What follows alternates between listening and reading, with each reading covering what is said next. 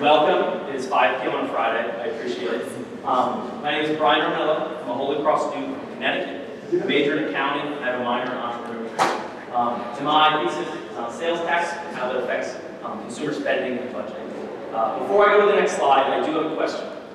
Does anyone know what it costs to buy dinner at Hump Hall here on campus? Just yell it out. $9. Plus tax. $9.78. So I snuck a photo of it. As you can see, $9 for dinner at the bottom. But the blurry part at the top says $9.74. Last year, Hump Hall converted from a deli atmosphere, you go in, you pay for each item, to a buffet. One price, and you can stay as long as you want. That was great news, because previously I would spend between $15 and $16 for dinner, so $9 was enough. When selecting a new meal plan in the spring, I thought maybe I could get a smaller meal plan, considering dinner's going to be less. For a lot of reasons, I didn't get a smaller meal plan. I was too scared. But the calculation was 2 meals a day times 7 days a week is 14 meals a week, right? Times $9. I get to campus, it's $9.74. 74 cents each meal is $10.31 a week. So that's a meal missed out a week I would have over, or I would have under budgeted. In terms of a 16-week semester, that's 17 meals. More than a week's worth of food I wouldn't have known about. Right? So, what is sales tax in Texas? And y'all should know about it. So in a grocery store atmosphere, which is what I focused on for this study, taxable is considered prepared food, right? So hot food, hot drinks, cold drinks, anything sold with a utensil, sandwiches, and other foods that can be consumed immediately after purchase. In a restaurant, everything's taxable because they assume you're going to eat it right there. So, 2 pieces of this. One is budgeting, one is sales tax. So in a 4,000 person study in 2022, 65.6% of people say they budget. And the dominant reason is to not overspend their income. This study here about sales tax was really grounded in my research. Salience and taxation, theory and evidence from 2009. Salience is an SAT word that I didn't learn. Something that's extremely salient would be written on your forehead, right? Everybody knows it. So this study wanted to see how would consumers react if sales tax was more visible. They went to a grocery store in the cosmetics aisle where every item is taxed. And they just studied for 2 weeks how things sold. Then 2 weeks later they went in and changed out all the labels with the actual prices. So when you go to the register, you're not spending any more money, but in the aisle, you have more cards in your hand. And that resulted in a 7.4% decrease in demand. So when people knew what they actually were paying at the point of making a decision, they bought it in less quantities and less frequently. So my 2 research questions: to what extent do individuals consider sales tax when making a purchase, and how does this affect their spending and budget? Question 2 was, of the individuals who do budget, to what extent are they informed on sales tax implications? So I sent out a single link to students here at St. Edward's University, asked a pre-survey, then we had a simulation and a post-survey. The 2 key demographics were you had to live in Texas. This varies by state. Alaska has no sales tax.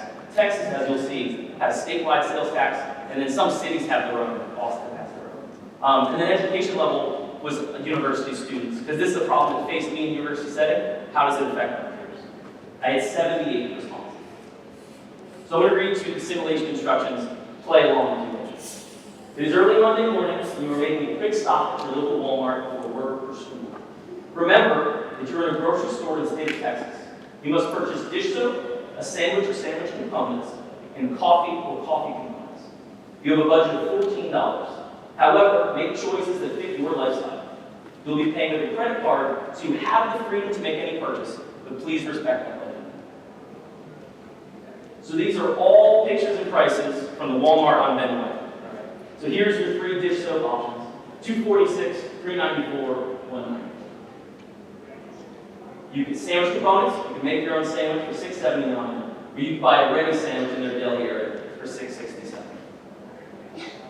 And lastly, at work or school, you have access to a coffee pot, so you can get just coffee grounds for $4.92.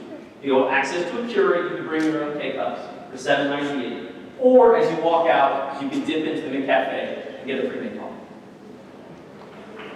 So the results of our 78 responses, 33 people exceeded that budget. Most importantly, 25 of those people self-reported that they practiced budgeting. At the end of the simulation, those questions at the end, I quizzed people on sales tax. What is the Texas sales tax? 65 of 78 people got that question wrong, or just put, I do not know. And it is 6.25%. A little bit better, in Austin, 59 people couldn't get it right. And the sales tax rate is 8.25%. The last question in the simulation asked, were you aware of what we did in the simulation? So for soap, it's all taxable. That was just a fun question. Sandwich, the sandwich component's not taxable. The pre-made is taxable. Again with the coffee. The 2 coffee components, nothing. The pre-made, yes. 65 people, 83%, said they did not know that was what was going on. So I've been the supplemental instructor for business statistics for 2 years. So when I approached the honors class for this thesis, I said, you have to do some stats, bring it all together, cumulative experience. So I created a multiple regression model where you pick a dependent variable that you want to predict, so amount spent over budget. And then you pick 2 different independent variables and see if those impact that prediction. So our independent variable was, do you budget, right? 72.1% of people said they do or have. And then 27.9% says they never have. And the second one is convenience of factor when shopping. And this is on a Likert scale, and here's our results. 1 is I have no time to cook, 3 obviously is neutral, and 5 is I have plenty of time to cook. And the rationale behind this is if you just buy pre-made food because that's your lifestyle, maybe you do just consider sales tax every single time because it's always going to be there. But if you're just buying food components and cooking, the same could be true in the opposite fashion. You're not used to sales tax because you don't see it a whole lot. But as we saw, 41 people were neutral on that, and then as far as the real choice, more lean towards they don't have time. Here's my regression output. It was moderately significant, so those 2 variables moderately affected the amount spent over budget.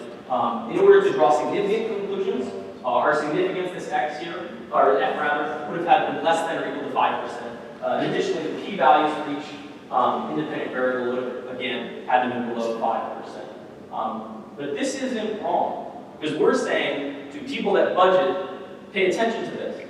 And the fact that people budget doesn't impact that is kind of what we're saying.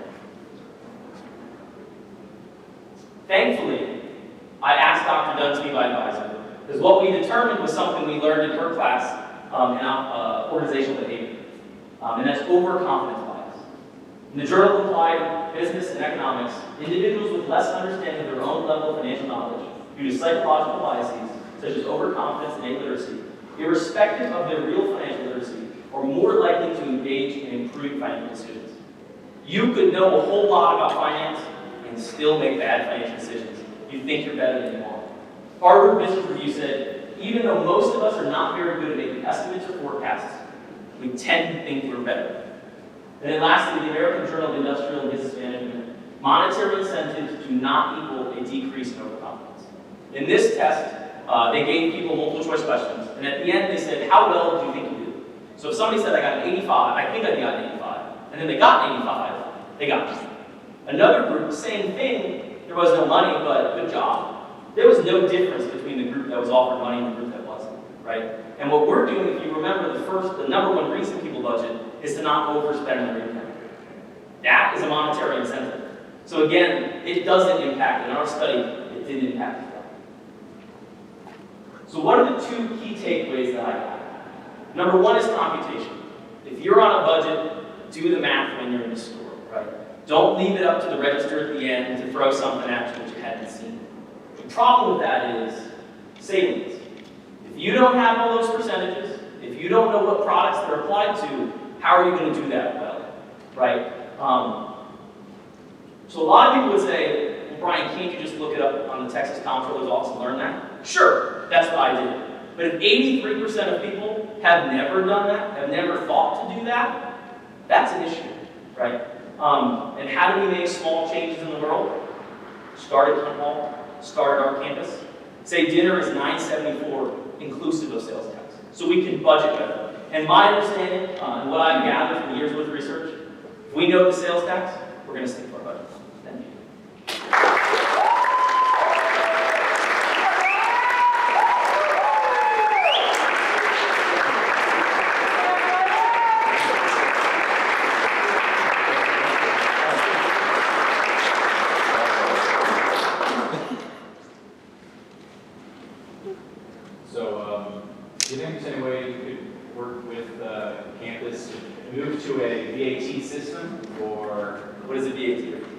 value after tax. Sure, exactly. That's what we're asking, right? That's what we'd like.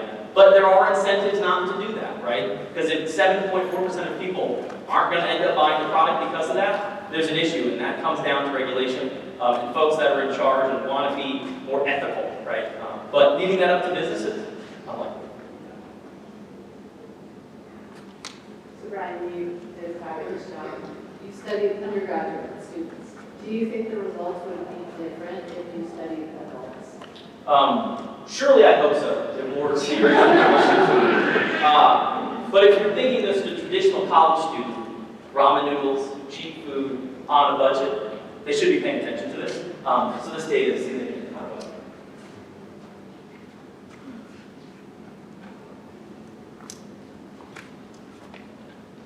All right.